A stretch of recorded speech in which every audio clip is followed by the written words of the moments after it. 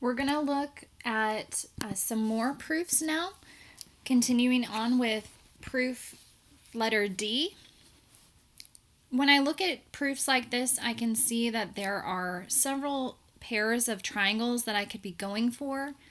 Remember to keep in mind to start with your given information and try to get a pair of triangles that uses those given pieces of information. So they gave us angles 1 and 2 and 3 and 4. So 1 congruent to 2 and 3 congruent to 4.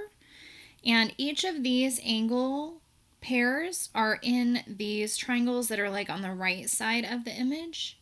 So right now I'm going to be going for the yellow triangles.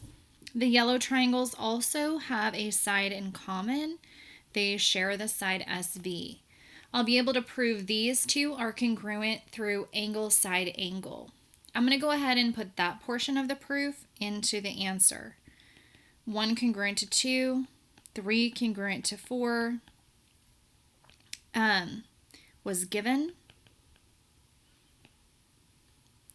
Then SV, congruent to SV, that's the shared side. Reflexive property of congruence. Now we can have those two triangles, USV, congruent to, remember that you name the first one, however, the second one you have to match. Your corresponding parts have to go in order. So angle U and W match, so you'd start with W. S and S, and then V and V. And then these are by ASA. Now let's look at what we actually want to do. So let's kind of start with what you've got, what you're able to do, and then see how you can get to your goal. My goal is TU and TW, which are a part of either the pair of triangles on the left side, or they can be part of the top triangle and the bottom triangle if you're going for the big triangles. How I would choose which method to go for, and you could do either one of them. If you were going for the medium triangles, I'll highlight them in another color just for a moment right here. You would want to use these angles here and here. And to get there, you would have to use linear pair postulate to have your supplementary pair for both of them, and then you would have to use congruent supplements theorem to get them. So they're not the easiest thing to get, which is why I'm going to avoid that. I want to do the easiest method possible. So the easiest thing to do is to go for the full big top triangle and the full big bottom triangle. These two triangles, they share a side, they share TV, and they have things in common with the triangles we just proved. The goal is to use the triangles you're able to get to help you get the triangles you want. So you want to look for parts that they have in common. The side UV is part of the yellow triangle and part of the green triangle. So that is a side that our current pair of triangles has that can be used for the next pair of triangles that we would like. We can also use angles 3 and 4 that we already were given from the beginning of the proof. So I'm going to use CPCTC in order to get side UV congruent to WV. Remember that CPCTC stands for corresponding parts of congruent triangles are congruent. And it will always be used after you have a pair of congruent triangles. And the only things you can get from it are the corresponding parts of the triangles that you currently have. So things we could get from it, we could get the sides that we just listed. We could get the angle up at U and over here at W. And we could get the side US and the side SW if that was going to be helpful. Those are the parts of the yellow triangles that we did not have at the beginning that we're allowed to now have since we know these triangles are congruent. I'm going to go ahead and give these a double marking. So the green triangles, which are my goal, we now have side UV and WV. We also have angles 3 and 4 from the beginning of the proof, and they share this side in the middle. So we're looking at side angle side for these large triangles. Now, before I have side angle side, I do need to say that TV is congruent to TV by the reflexive property of congruence. That's part of these big triangles. I got UV and WV already, and we already had 3 and 4 in the proof at the beginning. So I'm currently using these 3 pieces to get the triangle set that I'm now going to talk about. So the triangle TUV is congruent to the triangle TWV by side angle side. And that means that TU and TW can now be said to be congruent because they would be a corresponding part of these new triangles that we were just able to prove. So TU congruent to TW by CPCTC because they are corresponding parts of the congruent triangles that were just above it, and that means that they are congruent.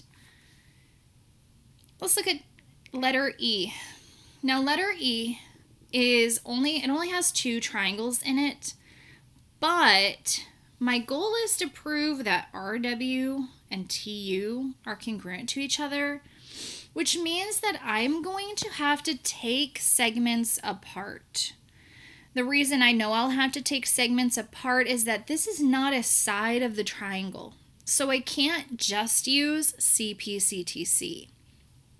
I'm going to have to prove my triangle's congruent, and then I'm going to have to use segment RT and segment WU. I'm going to have to subtract WT from each of those in order to get RW and TU alone. And so it's going to be like 7 steps just to take those pieces apart. And to me, that's the hardest thing that you would have to do in any proof. These are the ones that I refer to as death sauce proofs. They're just the hardest level, so they're the spiciest. So let's list our given. Just to start,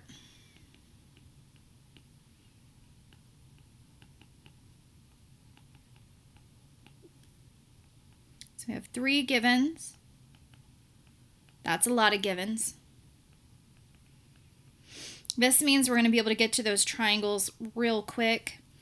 RS is congruent to UV, ST is congruent to VW, and angle S is congruent to V. These 3 items are all I need to get my triangles congruent. What that means is that the hard part is going to be taking those pieces apart. So RST and UVW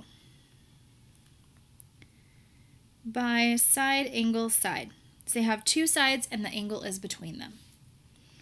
Now that we have our triangles congruent, I'm going to list my corresponding parts that we're going to use to get to segment RW and UT. The corresponding pieces are segment RT, which I have highlighted in pink, and highlighted in yellow is WU. So I need to talk about RT and WU and what makes them. And since I need to talk about what makes them, I'm going to be doing some math with them, and I need to convert from congruence to equality in order to do math and take them apart. Anytime you go from congruent to equality or equality to congruent, the reason you're going to want to put is definition of congruent. Now that I have them in equals world, I'm going to talk about what they're made of. RT is made of RW plus WT, and WU is made of WT and TU. This is segment addition postulate. When 2 are creating 1, or you're saying, this 1 is made of these 2 parts. Now, what I'm going to do on this next part is, since we know that RT, which is here, is equal to RW and WT.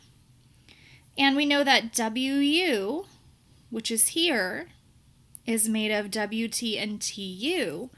Then we can take the equation from this particular line here, line 4, and use line 5 to use transitive property and switch out the left side and the right side with the expressions RW plus WT for the left and WT plus TU on the right. So I'm just switching out where RT is located. I'm replacing RT with this expression RW and WT. And where WU was written, I'm replacing it with what WU is equal to, which is this WT and TU. Replacing sides of an equation like that is called transitive property.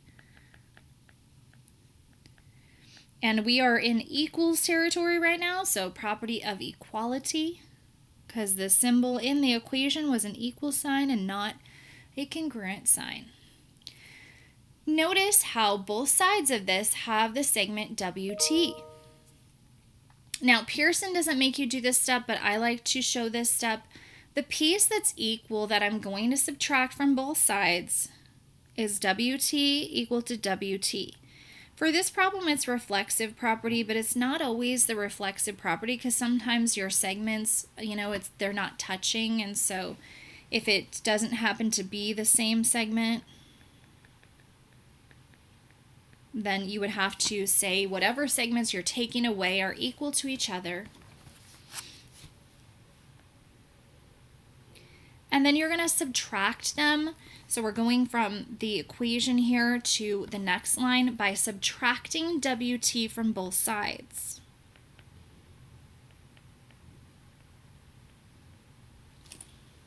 So RW is equal to TU.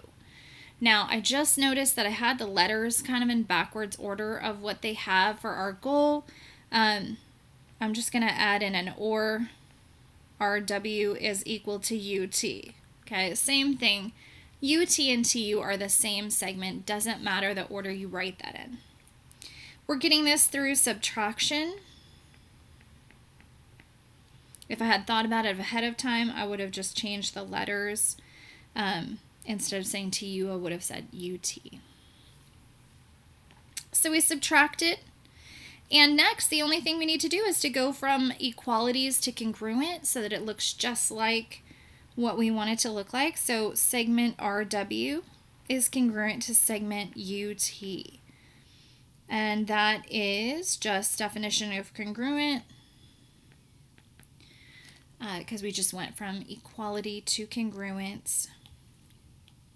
And I was using this part in order to get there. So just having those letters in the correct order like they had in the original statement that what they wanted us to prove. I think there's 2 more. I'm going to stop this video and start another one for the next 2.